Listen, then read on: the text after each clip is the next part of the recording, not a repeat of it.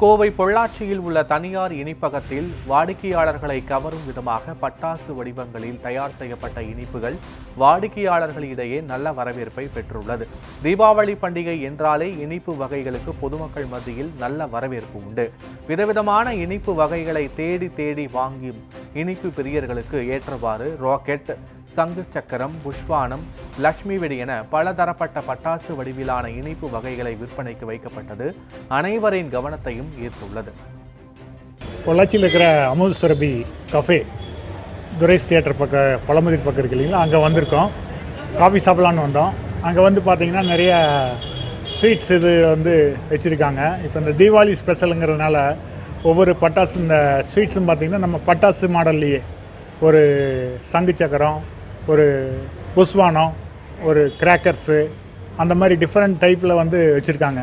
இது என்னென்னா குழந்தைகளுக்கு ரொம்ப பிடிக்குது. நம்ம என்ன தான் வீட்டில் வந்து நம்மளோட ட்ரெடிஷ்னல் ஸ்வீட்ஸ் இது பண்ணி கொடுத்தாலும் அவங்க விரும்பி சாப்பிட்றதில்ல. ஆனால் இதை பார்த்ததையுமே வந்து அவங்களுக்கு ரொம்ப லைக் பண்ணி வாங்கியிருக்காங்க.